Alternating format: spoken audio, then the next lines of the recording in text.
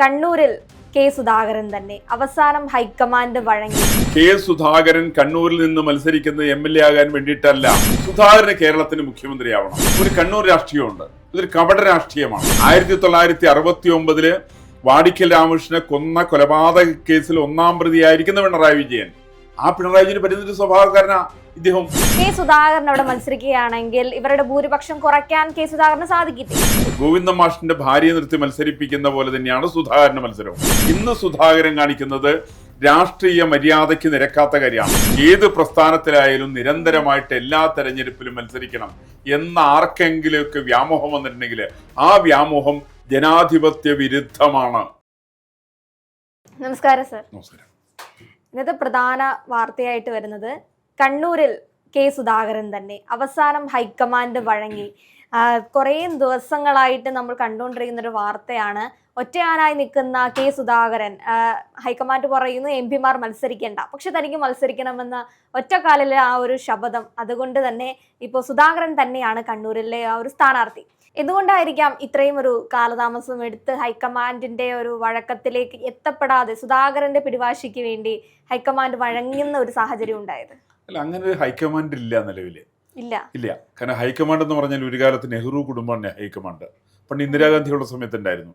അന്ന് ഇന്ദിരാഗാന്ധി അല്ലെങ്കിൽ മകൻ സഞ്ജയ് ഗാന്ധി, ബാക്കി ചില ആളുകൾ. ഇന്നത്തെ ഹൈക്കമാൻഡ് എന്ന് പറഞ്ഞാൽ സോണിയാഗാന്ധി ഹൈക്കമാൻഡാണ്, അവർ മകനായിട്ടുള്ള രാഹുൽ ഗാന്ധി ഹൈക്കമാൻഡാണ്, അവരുടെ മകളായിരിക്കുന്ന പ്രിയങ്ക ഗാന്ധിയും കൂടി ചേർന്നാൽ ആ ഹൈക്കമാൻഡ് പൂർത്തീകരിച്ചു.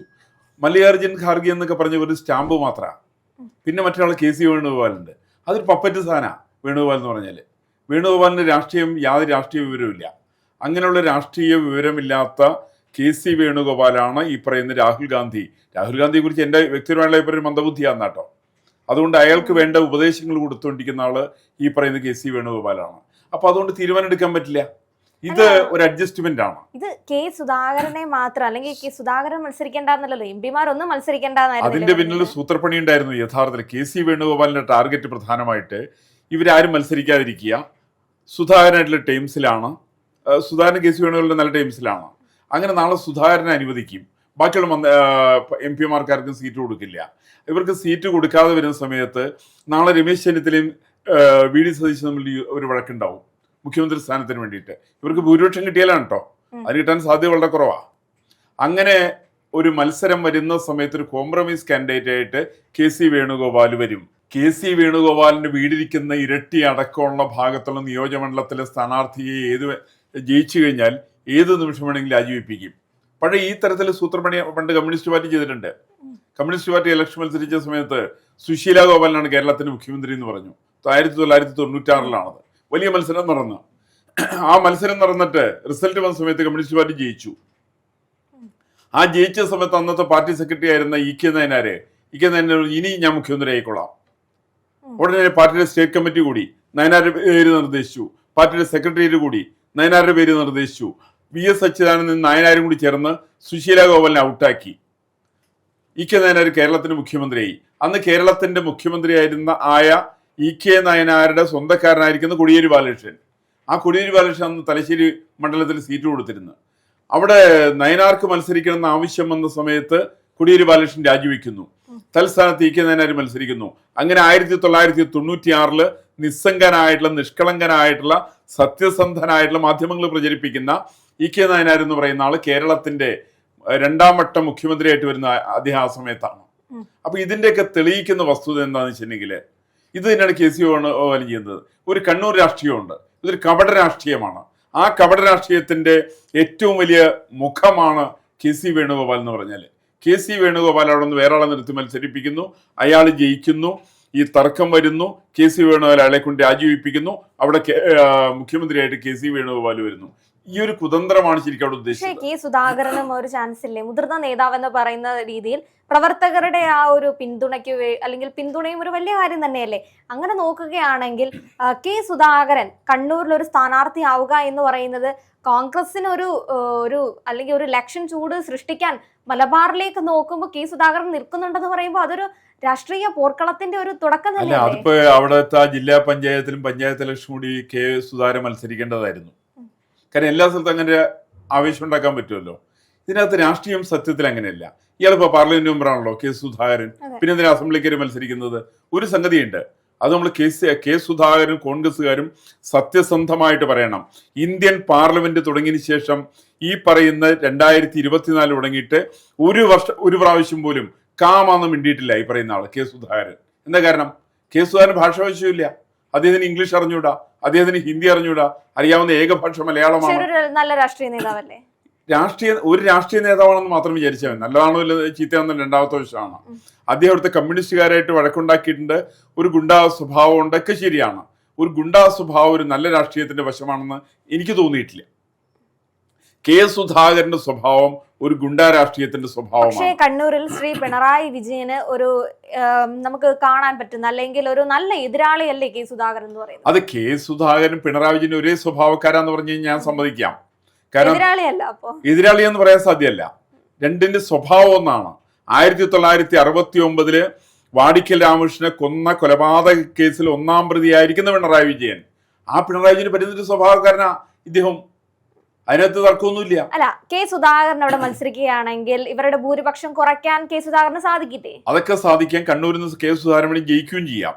ആ ജയത്തിലല്ല എന്റെ പ്രശ്നം. കെ സുധാകരൻ അവിടെ നിന്ന് ജയിച്ചു എന്നിരിക്കട്ടെ, കണ്ണൂർ പാർലമെന്റ് മണ്ഡലത്തിലേക്ക് വീണ്ടും ഇലക്ഷൻ വരികയാണ്. ഈ ചെലവ് ആരാ വഹിക്കുക? കെ സുധാകരൻ വഹിക്കോ? കോൺഗ്രസ് പാർട്ടി വഹിക്കോ? ഈ പറയുന്ന എം എൽ എമാരും എം പിമാരും ആയിരിക്കുന്ന ആളുകൾ അവരെല്ലാത്തിലും കയറിയിട്ട് മത്സരിക്കുക. കോർപ്പറേഷൻ ഇലക്ഷൻ മത്സരിക്കുക, അസംബ്ലി ഇലക്ഷൻ മത്സരിക്കുക, അവര് ലോക്സഭാ ഇലക്ഷൻ മത്സരിക്കുക. അതിപ്പോ ഒരു ഉന്നതമായിരിക്കുന്ന സ്ഥാനം വഹിച്ചിരുന്നവർ ആരാണെങ്കിലും ശരിക്ക് രാഷ്ട്രീയം ഒന്നും നോക്കേണ്ട ആവശ്യമില്ല. അവരാരാണെങ്കിലും താഴെത്തട്ടിലുള്ള ഇലക്ഷനുകളിൽ പിന്നിക്കര് മത്സരിക്കുന്നത് സാധാരണക്കാരനായിട്ട് മത്സരിക്കേണ്ട ഒരാളുടെ സീറ്റ് നഷ്ടപ്പെടുത്തുന്നതിന് തുല്യമാണ്. അതിന് പാകത്തിനുള്ള വലിയൊരു ഔന്നത്യമൊന്നും കെ സുധാകരനുണ്ടെന്നുള്ളത് എനിക്ക് തോന്നിയിട്ടില്ല. മറിച്ച് ഒന്നുണ്ട്, ഇന്ന് ദുർബലമായിരിക്കുന്ന ഒരു ഭരണ സംവിധാനമാണ് കോൺഗ്രസിനെ സംബന്ധിച്ചുള്ളത്. ഈ ഹൈക്കമാൻഡ് നേരത്തെ പറഞ്ഞല്ലോ, അതൊരു ദുർബലമായിട്ടുള്ള സംവിധാനമാണ്. ആ ദുർബലമായിട്ടുള്ള സംവിധാനത്തിൽ വെച്ചിട്ട് സുധാകരന് സ്വയം സ്ഥാനാർത്ഥിത്വം പ്രഖ്യാപിക്കാം, ഒരു തർക്കം ഉണ്ടാവില്ല. അത് വേണമെങ്കിൽ സ്വതന്ത്രനാവില്ലെന്ന്. ഇതൊക്കെ പാർട്ടി എന്ന് പറയുന്ന സാധനം ദുർബല സാധനമല്ലേ? സുധാകരൻ പറഞ്ഞൊരു കാര്യം എന്ന് പറയുന്നത് പാർട്ടി സംബന്ധിച്ചില്ലെങ്കിൽ താൻ സ്വതന്ത്രനായി തന്നെ മത്സരിക്കുമെന്ന്. അത് കേട്ട ഉടനെ പാർട്ടി പേടിച്ചു. പേടിക്കാവുന്ന കെ സി വേണുഗോപാലാണുള്ളത്, പേടിക്കാവുന്ന സോണിയാഗാന്ധി. സുധാകരനെ പേടിക്കേണ്ട ഒരു കാര്യം തന്നെയാണ്. അത് തന്നെയായിരുന്നല്ലോ ഇതിനു മുൻപ് മാധ്യമങ്ങളാണെങ്കിലും കാരണം പ്രധാനമായിട്ട് ഈ പറയുന്ന കോൺഗ്രസ് പ്രസ്ഥാനത്തിന്റെ നേതൃത്വം എന്ന് പറയുന്നത് ദുർബലമായ നേതൃത്വമാണ്, വിവരം കെട്ടവരുടെ നേതൃത്വമാണ്, അക്ഷരാഭ്യാസം ഇല്ലാത്തവരുടെ നേതൃത്വമാണ്, വിഷയങ്ങളെ പഠിക്കാത്തവരുടെ നേതൃത്വമാണ്. ആ തരത്തിൽ നേതൃത്വത്തിനോട് ആരെ ഭയപ്പെടുക? ഒരാളും ഭയപ്പെടില്ല. വളരെ ദുർബലമായ നേതൃത്വമാണ് ഇത്. കമ്മ്യൂണിസ്റ്റുകാരുടെ കേന്ദ്ര കമ്മിറ്റി പോലെയാ. കമ്മ്യൂണിസ്റ്റുകാരുടെ കേന്ദ്ര കമ്മിറ്റി തീരുമാനിച്ച പിണറായി വിജയൻ അനുസരിക്കോ? ആരെ കേന്ദ്ര കമ്മിറ്റി? MAVP ആണ്. എന്തൊക്കെ പറഞ്ഞാലും ഈ കുടുംബ വാഴ്ചയെ ഏറ്റവും കൂടുതൽ എതിർത്തിട്ട് സ്വന്തം ഭാര്യയെ തന്നെ മത്സരിപ്പിക്കുന്ന ഗോവിന്ദൻ മാസ്റ്ററെ പോലെ ഒരു സ്ഥാനാർത്ഥി, ഗോവിന്ദൻ മാസ്റ്ററുടെ ഭാര്യയെ പോലെ ഒരു സ്ഥാനാർത്ഥിത്വം അല്ലല്ലോ കെ സുധാകരൻ്റെത്. തമ്മിലൊരു വ്യത്യാസമില്ല. ഗോവിന്ദൻ മാസ്റ്ററിന്റെ ഭാര്യയെ നിർത്തി മത്സരിപ്പിക്കുന്ന പോലെ തന്നെയാണ് സുധാകരന്റെ മത്സരവും. കാരണം സുധാകരൻ പാർലമെന്റ് മെമ്പറാണോ നിലവില്? അദ്ദേഹത്തിന് ഭാഷ അറിയില്ലേ? ഞാൻ സമ്മതിച്ചു. പാർലമെന്റ് സംസാരിച്ചിട്ടില്ല, അത് സമ്മതിച്ചു. അങ്ങനെയുള്ള സുധാകരൻ പാർലമെന്റിലേക്ക് മത്സരിക്കാൻ പാടില്ലായിരുന്നു. നേരത്തെ തീരുമാനിക്കേണ്ടതല്ലേ, അസംബ്ലിയിലേക്കാണ് ഞാൻ മത്സരിക്കുക, ഞാൻ ജയിക്കും, കേരളത്തിന്റെ മുഖ്യമന്ത്രിയാവും, അത് പറഞ്ഞോട്ടെ, ആർക്കും വിരോധമൊന്നുമില്ല. മറിച്ച് ഇന്ന് സുധാകരൻ കാണിക്കുന്നത് രാഷ്ട്രീയ മര്യാദയ്ക്ക് നിരക്കാത്ത കാര്യമാണ്. പക്ഷെ AICC തന്നെയല്ലേ കെ സുധാകരനോട് പറഞ്ഞിട്ടുണ്ടായിരുന്നത് താങ്കൾക്ക് ഈ പറയുന്ന അല്ലെങ്കിൽ ലെജിസ്ലേറ്റീവ് അസംബ്ലിയിലേക്ക് മത്സരിക്കാം. അത് രാഹുൽ ഗാന്ധി തന്നെയായിരുന്നു വാക്ക് കൊടുത്തിട്ടുണ്ടായിരുന്നത്. ഈ രാഹുൽ ഗാന്ധിക്ക് അസംബ്ലി എന്താണ്, പാർലമെന്റ് എന്താണ് തിരിച്ചറിഞ്ഞൂടാ. എനിക്ക് അക്കാര്യത്തിൽ ഒരു സംശയമില്ല.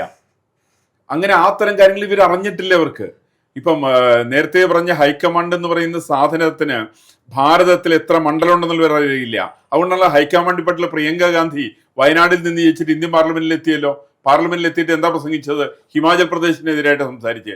ഏതാ ഹിമാചൽ പ്രദേശ് ആരാ ഭരിക്കുന്നത്? കോൺഗ്രസ് ആണ് ഭരിക്കുന്നത്. ആ കോൺഗ്രസ് ആണോ ഭരിക്കുന്നതെന്ന് പ്രിയങ്ക ഗാന്ധിക്ക് അറിഞ്ഞുകൂടാ.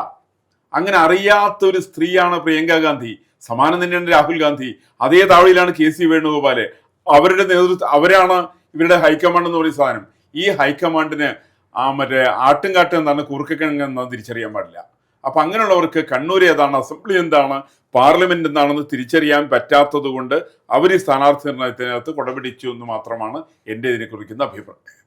പക്ഷേ സുധാകരൻ മത്സരിക്കുന്നത് ഒരു നല്ല പോരാട്ടം തന്നെയാണെന്ന് തന്നെയാണ് അണികളാണെങ്കിലും കണ്ണൂരിൽ നിന്നാണെങ്കിലും അഭിപ്രായങ്ങൾ വരുന്നത്. പക്ഷെ അത് സുധാകരന് ആവശ്യം അല്ലെങ്കിൽ അദ്ദേഹത്തിന് മത്സരിക്കണമെന്ന് ഒരു ആവശ്യം ഉന്നയിക്കുമ്പോൾ അത് അർഹതപ്പെട്ടത് തന്നെയാണ്. അല്ലെങ്കിൽ നിങ്ങൾ മത്സരിക്കേണ്ടെന്ന് നമുക്ക് പറയാൻ പറ്റില്ലല്ലോ. അല്ല, ആരും എവിടെയും മത്സരിക്കേണ്ടെന്ന് നമുക്ക് പറയാൻ സാധ്യമല്ല. പക്ഷേ രാജ്മോഹൻ ഉണ്ണിത്താൻ പറഞ്ഞ പോലെ നിയമസഭയിലേക്ക് ഞാൻ മത്സരിക്കും, പാർലമെന്റിലേക്ക് ഞാൻ മത്സരിക്കും, കോർപ്പറേഷനിലേക്ക് ഞാൻ മത്സരിക്കും എന്നുള്ള സമീപനം ജനാധിപത്യത്തിന് നിരക്കുന്നതല്ല. ഇത് ജനാധിപത്യത്തിന്റെ കടക്കൽ കത്തിവെക്കുന്ന ഏർപ്പാടാണ്. അതിപ്പോ ആര് മത്സരിച്ചാലും, ഞാനിപ്പോ ഇതിനെ സംബന്ധിച്ച് സുധാകരനോ കോൺഗ്രസ് പ്രസ്ഥാനമെന്നോ ഒന്നും പറയുന്നില്ല. അത് ഏത് പ്രസ്ഥാനത്തിലും, കമ്മ്യൂണിസ്റ്റ് പാർട്ടിയിലായാലും BJP-യിലായാലും കൊള്ളാം, NDA-യിലും കൊള്ളാം, UDF-ലായാലും കൊള്ളാം, LDF-ലായാലും കൊള്ളാം, ഏത് പ്രസ്ഥാനത്തിലായാലും നിരന്തരമായിട്ട് എല്ലാ തെരഞ്ഞെടുപ്പിലും മത്സരിക്കണം എന്ന ആർക്കെങ്കിലുമൊക്കെ വ്യാമോഹം വന്നിട്ടുണ്ടെങ്കിൽ ആ വ്യാമോഹം ജനാധിപത്യ വിരുദ്ധമാണ്. ജനാധിപത്യത്തിനുള്ള ബോധമുള്ളവര് അത് സാധ്യമാവില്ല. ഒരു ഉന്നതമായുള്ള പദവിയിൽ ഇരിക്കുന്ന ചില ആളുകൾ അവർ പിന്നെ വന്നിട്ട് അസംബ്ലിക്കിട്ട് മത്സരിക്കുക. ഇതിനകത്ത് ന്യായം വേണ്ട. ഇതിനകത്ത് ഇവർക്ക് മാത്രം ജീവിച്ചാൽ മതിയോ? ഇവർക്ക് രാഷ്ട്രീയത്തില് ഇവരെ പോലെ നിരവധി ആളുകൾ. ഇപ്പൊ സുധാകരൻ മനസ്സിലാക്കണ്ടേ, ഇയാള് പാർലമെന്റിലേക്ക് മത്സരിച്ച് ജയിച്ച ആളല്ലേ, ഇയാൾ KPCC പ്രസിഡന്റ് ആയ ആളല്ലേ, ഇയാൾ മുൻ കേരളത്തിന്റെ മന്ത്രിയായിരുന്ന ആളല്ലേ, ഇയാൾ പണ്ട് നിയമസഭയിലെ മെമ്പറായിരുന്ന ആളല്ലേ. അത്തരമുള്ള ആള് വീണ്ടും ഞാൻ കയറി മത്സരിക്കുന്നത് കേരളത്തിനെ നന്നാക്കി കളയാം, ഈ നന്നാക്കി കളയാമെന്നുള്ള വ്യാമോഹമൊന്നും സുധാകരൻ ഇല്ല എന്നുള്ളതാണ് ഞാൻ മനസ്സിലാക്കുന്നത്. മറിച്ച് സുധാകരന്റെ ഏകമോഹം സുധാകരന് കേരളത്തിന് മുഖ്യമന്ത്രിയാവണം. അത് രമേശ് ചെന്നിത്തല VD സതീശനും തമ്മിൽ യുദ്ധം ഉണ്ടാവുമ്പോൾ അതിന് ഞാനൊരു കോംപ്രമൈസ് കാൻഡിഡേറ്റ് ഞാൻ വരണം എന്നുള്ള മോഹത്തിലാണ് സുധാകരൻ. അതേ മോഹത്തിൽ തന്നെയാണ് KC വേണുഗോപാല്. ഈ കണ്ണൂരിൽ എന്നുള്ള രാഷ്ട്രീയ നേതാക്കന്മാർക്ക് ഞാൻ ഒരു കാര്യം ചോദിച്ചോട്ടെ, അപ്പൊ ഈ ഭൂരിപക്ഷം കോൺഗ്രസിന് കിട്ടുകയാണ്, ആ ഒരു സാഹചര്യം വരികയാണെങ്കിൽ സുധാകരനും ഈ മുഖ്യമന്ത്രി പദത്തിലേക്ക് വരാൻ സാധ്യതയില്ലേ? ഒരു സംശയം. സുധാകരൻ മത്സരിക്കുന്നത് ആരോ പറയുന്ന ഒരു പ്രദോഷം നോക്കണത് ഏവരെ നന്നാക്കാൻ വേണ്ടിയിട്ടല്ല, അത് സ്വയം നന്നാവാൻ വേണ്ടിയിട്ടാണ് പ്രദോഷം നോക്കുന്നത്. സമാനമായുള്ള രീതിയിൽ സുധാകരൻ കണ്ണൂരിൽ നിന്ന് മത്സരിക്കുന്നത് MLA ആകാൻ വേണ്ടിയിട്ടല്ല. കോൺഗ്രസിന് ഭൂരിപക്ഷം കിട്ടുന്ന അദ്ദേഹം ധരിക്കുന്നു. കിട്ടില്ല കേട്ടോ, വേറെ വശം. അങ്ങനെ കോൺഗ്രസിന് ഭൂരിപക്ഷം കിട്ടിക്കഴിഞ്ഞെങ്കിൽ താൻ കേരളത്തിന്റെ മുഖ്യമന്ത്രി ആകുന്ന അദ്ദേഹം ധരിക്കുന്നു. അതിന് അദ്ദേഹം കൊണ്ടിരുന്ന ഇക്വേഷനുണ്ട്. VD സതീശൻ നായർ സമുദായത്തിൽപ്പെട്ട ആളാണ്. അതുപോലെ തന്നെ രമേശ് ചെന്നിത്തല നായർ സമുദായത്തിൽപ്പെട്ട ആളാണ്. ഈഴവ സമുദായത്തിന് യാതൊരു ആനുകൂല്യങ്ങളും കൊടുക്കുന്നില്ല. അതുകൊണ്ട് ഈഴവ സമുദായത്തിന്റെ പ്രതിനിധിയായിക്കൊണ്ട് സുധാകരന് കേരളത്തിന്റെ മുഖ്യമന്ത്രിയാകണം എന്നുള്ള വലിയൊരു മോഹമുണ്ട്. ഈ മോഹത്തിന്റെ പശ്ചാത്തലത്തിലാണ് അദ്ദേഹം മത്സരിക്കുന്നത്. സർവോപരി അദ്ദേഹം കണ്ണൂർക്കാരനും കൂടിയാണ്. കണ്ണൂരിന്റെ രാഷ്ട്രീയത്തിന്റെ സവിശേഷത അതാണ്. കണ്ണൂരിന്റെ ആളിൽ നിന്ന് ഇലക്ഷന് നേരത്തെ നയനാര് പറഞ്ഞവര്, നിങ്ങൾ കേരളത്തിന് മുഖ്യമന്ത്രിമാരെ കണക്കെടുത്ത് നോക്ക്. ഈ കേരളത്തിന്റെ മുഖ്യമന്ത്രി 2 വട്ടമാവുന്നു. പിണറായി വിജയൻ 2 വട്ടമായി കഴിഞ്ഞിരിക്കുന്നു. കരുണാകരൻ 2-3 വട്ടം കണ്ട് കരുണാകരനായി. ഈ പറയുന്ന കണ്ണൂരിലുള്ള എല്ലാ നേതാക്കന്മാർക്കും കേരളത്തിന്റെ മുഖ്യമന്ത്രി ആകണം. അതേസമയത്ത് ചോദിച്ചു കഴിഞ്ഞാലോ, ഇവരൊക്കെ സർവസംഘ പരിത്യാഗികളാണ്, ഇവരൊക്കെ മഹാത്യാഗികളാണ്. പക്ഷെ യഥാർത്ഥ ചിത്രം വരുന്നത് ഇവര് ത്യാഗികളല്ല, ഇവര് ഭോഗികളാണ്. ഇവരാണ് യഥാർത്ഥ ഭോഗികള്. ഇവർക്ക് എന്നും അധികാരം വേണം. അധികാരം മാറിയിട്ട് ഒരു കണ്ണൂർ നേതാവിനെയും നിങ്ങൾക്ക് ഒരു സമയത്തും കാണാൻ വേണ്ടി സാധിക്കില്ല. അത് KC വേണുഗോപാലും കൊള്ളാം, കരുണാകരനായാലും കൊള്ളാം, സുധാകരനായാലും കൊള്ളാം, ഏതൊരു നേതാവിന്റെയും അവരൊരിക്കലും മറ്റുള്ള സ്ഥലത്തുള്ള ആളെ അംഗീകരിക്കില്ല, അവൻ സമ്മതിക്കില്ല. നിങ്ങൾ ചെറിയൊരു ഉദാഹരണം ആലോചിച്ച് നോക്ക്. ഇന്നേ ഒരു എറണാകുളം ജില്ലയിൽ കേരളത്തിന് മുഖ്യമന്ത്രി ഉണ്ടായിട്ടുണ്ടോ? പക്ഷേ ആലപ്പുഴയിൽ നിന്നും കോട്ടയത്തു നിന്നൊക്കെ ഉണ്ടായിട്ടുണ്ടല്ലോ. ആരായത്? ആലപ്പുഴയിൽ നിന്ന് VS വന്നു, കോട്ടയത്ത് നിന്ന് ഉമ്മൻചാണ്ടി വന്നു. ഏത് സാഹചര്യത്തിൽ ഇവര് വന്നത്? ഇവര് ആലപ്പുഴയിൽ നിന്നൊന്നും വന്നിട്ടുള്ള VS അച്യുതാനന്ദനെ പുറത്താക്കാനായിട്ട് എത്ര പ്രാവശ്യം ഇരിക്കുന്നതിനൊരു പണിയെടുത്തു? ദീർഘകാലം പണിയെടുത്തില്ലേ? അവസാനം നിവൃത്തികെട്ട് അംഗീകരിക്കേണ്ടി വന്നിട്ടാണ് VS കേരളത്തിന്റെ മുഖ്യമന്ത്രിയാവുന്നത്. അല്ലെങ്കിൽ ഒരു എക്സെപ്ഷൻ ഉള്ള AK ആന്റണിയാണ്. AK ആന്റണി ഇവരെക്കാളും വലിയ അടവും തടയും ഒക്കെ അടിയും തടയൊക്കെ പഠിച്ചിട്ടുള്ള ആളാണ്. അതുകൊണ്ട് AK ആന്റണി മുഖ്യമന്ത്രിയായി. മറ്റേ ഉമ്മൻചാണ്ടി സമാനമായിട്ടുള്ള യാക്കോബായ സഭയുടെ പിന്തുണയുണ്ട്, അതുകൊണ്ട് അദ്ദേഹം മുഖ്യമന്ത്രിയായി. എറണാകുളം ജില്ല ഇത്രയും വലിയ ജില്ലയാണ്, ഇത്രയും സാമ്പത്തികമായിട്ടുള്ള ഉന്നതിയിൽ നിൽക്കുന്ന ജില്ലയാണ്. ഈ ജില്ലയിൽ നിന്ന് കേരളത്തിൽ മുഖ്യമന്ത്രി ഉണ്ടായിരുന്നു. രണ്ടാമത് ഈ ഒരു ഭരണം അല്ലെങ്കിൽ ഭരണം കൈവിട്ട് പോയില്ലായിരുന്നുവെങ്കിൽ, പിണറായി സർക്കാർ വന്നില്ലായിരുന്നുവെങ്കിൽ, ആ ഒരു സാഹചര്യം എടുത്ത് നോക്കുകയാണെങ്കിൽ വീണ്ടും ഉമ്മൻചാണ്ടി തന്നെ ആവുന്നുണ്ടായിരുന്നില്ലേ മുഖ്യമന്ത്രി സ്ഥാനം അലങ്കരിക്കുന്നത്? അതങ്ങനെ വന്നാലല്ലേ. അല്ല, സാഹചര്യം അങ്ങനെ ആയിരുന്നുവെങ്കിൽ അതിനൊരു മാറ്റം ഉണ്ടാവരുന്നില്ലായിരുന്നു. അല്ല, മാറ്റമുണ്ട്. മുഖ്യമന്ത്രി ആകല് ഒരുപക്ഷെ പിണറായി വിജയൻ 2ാം ഘട്ടത്തിൽ തോറ്റിരുന്നെങ്കിൽ വേണമെങ്കിൽ ഉമ്മൻചാണ്ടി ആയനും. അത് കഴിഞ്ഞിട്ട് അദ്ദേഹം ഇടക്കാലത്ത് വെച്ചിട്ട് വേറെ ആരെങ്കിലും ഏൽപ്പിക്കേണ്ട സാഹചര്യം ഉണ്ടായിരുന്നു, അദ്ദേഹത്തിന്റെ ആരോഗ്യസ്ഥിതി കൊണ്ട്. അപ്പൊ ഇങ്ങനെയൊക്കെ വരുന്ന അതൊക്കെ ഒരു രാഷ്ട്രീയത്തിന്റെ ക്ലിക്കുകളാണ്. അതിനകത്ത് മലയാള മനോരമയുടെ രാഷ്ട്രീയമുണ്ട്, അതേപോലെ തന്നെ യാക്കോബായ സഭയുടെ രാഷ്ട്രീയമുണ്ട്. ഈ രാഷ്ട്രീയം എല്ലാം വെച്ചുകൊണ്ടാണ് കേരളത്തിന്റെ മുഖ്യമന്ത്രിയായിട്ട് ഉമ്മൻചാണ്ടി വന്നത്. അല്ലാതെ ഉമ്മൻചാണ്ടിയുടെ കഴിവിന്റെ അടിസ്ഥാനത്തിൽ നിന്നും വന്നതല്ല. അങ്ങനെ കഴിവിന്റെ അടിസ്ഥാനത്തിൽ നിന്ന് വേറെ ഒരുപാട് നേതാക്കന്മാർ കേരളത്തിൽ വന്നിട്ടുണ്ട്. ഇവരാരും കേരളത്തിൽ മുഖ്യമന്ത്രി ആക്കിയിട്ടുണ്ടോ? ആക്കിയിട്ടില്ല. അല്ല, ഈ ഒരു രാഷ്ട്രീയ പോരാട്ടം എടുത്ത് നോക്കുമ്പോൾ ഈ ഒരു ഇലക്ഷൻ എന്ന് പറയുന്നത് അത്യാവശ്യം നിർണായകമാണ്. എല്ലാ മുന്നണികൾക്കും ഒരേപോലെ സ്വാധീനം ചെലുത്തിയിട്ടുള്ള ഇലക്ഷൻ ആയിരുന്നു ഈ ലോക്കൽ ബോഡി ഇലക്ഷൻ എന്ന് പറയുന്നത്. അതിനകത്തിൽ ഈ ഭരണവിരുദ്ധ വികാരത്തിന്റെ ഒരു ഇമ്പാക്റ്റ് ഭരണപക്ഷത്തിനും ഉണ്ടായിട്ടുണ്ട്. അപ്പോൾ അതിനുശേഷം ഇവരുടെ 3 മുന്നണികൾക്കും ഒരേപോലെ ഇമ്പോർട്ടൻസ് ഉള്ള ഒരു ഇലക്ഷനാണ് ഈ വരുന്ന കേരള നിയമസഭ എന്ന് പറയുന്നത്. അപ്പൊ അതിലിപ്പോ കുറച്ച് ദിവസമേ ആയിട്ടുള്ളൂ ഈ സ്ഥാനാർത്ഥി പ്രഖ്യാപനങ്ങൾ പൂർത്തിയാകുന്ന സാഹചര്യവുമാണ്. അതേപോലെ ഇലക്ഷൻ ഡേറ്റ് വന്നിട്ടും. അപ്പോൾ കണ്ണൂർ പൊളിറ്റിക്സിന് ഏകദേശം ഒരു രൂപമായിട്ടുണ്ട്. കെ സുധാകരൻ മത്സരിക്കുന്നുണ്ട്. ബാക്കിയുള്ള ആ ഒരു മലബാർ നമുക്കിപ്പോൾ അറിയാം എങ്ങനെയാണ് ആ ഒരു സാഹചര്യം എന്നുള്ളത്. അതേപോലെ തന്നെ സാർ പറഞ്ഞതുപോലെ ഇനിയിപ്പോ ഇവർക്ക് ഭൂരിപക്ഷം കിട്ടുകയാണെങ്കിൽ ഈ പറഞ്ഞ ഊഹങ്ങളൊക്കെ ശരിയാണോ എന്ന് നമുക്ക് അപ്പോൾ നോക്കാം. അല്ല, അതിന് എനിക്ക് അത്തരം കാര്യങ്ങൾ ഒരു സംശയവുമില്ല. കണ്ണൂരിൽ നിന്ന് വരുന്ന രാഷ്ട്രീയ നേതാക്കന്മാരെല്ലാവരും പ്രദോഷം നോക്കുന്നത് തേവര നന്നാക്കാനേ അല്ല, അവരെല്ലാവരും സ്വയം നന്നാവാൻ വേണ്ടിയിട്ടാണ്. സുധാകരൻ മത്സരിക്കുന്നത് അദ്ദേഹത്തിന് മുഖ്യമന്ത്രിയാവാൻ വേണ്ടിയിട്ടാണ്. അതിന് കേന്ദ്ര ഹൈക്കമാൻഡ് എന്ന് പറയുന്ന ആ ഒരു ബ്രഹ്മാണ്ടമുണ്ട്. അതിന് അദ്ദേഹം ഭീഷണിപ്പെടുത്തിയിട്ട് അദ്ദേഹം. പക്ഷേ ജനങ്ങളെ സംബന്ധിച്ച് ഇപ്പൊ കണ്ണൂരുകാരനായ ശ്രീ പിണറായി വിജയൻ മാറി കെ സുധാകരൻ വരുന്നത് കൊണ്ട് ജനങ്ങൾക്ക് വലിയ വിഷയം ഉണ്ടാവില്ല. അവർക്ക് ആ ഒരു മാറ്റം എന്ന് പറയുന്ന ഒരു കാര്യമാണ് ആഗ്രഹിക്കുന്നത്. അതെ, അത് കഴിഞ്ഞിട്ട് 5 കൊല്ലം കൊണ്ട് അത് സുധാകരൻ തെളിയിച്ചോളും. ഞാൻ വളരെ മോശമാണ്, ഞാൻ കഴിവില്ലാത്തവനും തെളിയിച്ചോളും. അപ്പോൾ വീണ്ടും പിണറായി വിജയൻ അല്ലെങ്കിൽ വേറൊരു കോടിയേരി ബാലകൃഷ്ണൻ വേറെ നേതാവിനെ കണ്ണൂരിൽ നിന്ന് കൊണ്ടുവരാനുള്ള സാഹചര്യം ഉണ്ടാക്കും. ഒരു കണ്ണൂർ രാഷ്ട്രീയത്തിന്റെ അതിഭീകരമായ ഏറ്റവും വലിയ തെളിവാണ് കെ സുധാകരൻ എന്നാണ് ഞാൻ ഇതിലൂടെ എൻ്റെ അനുമാനം. അതാണ്.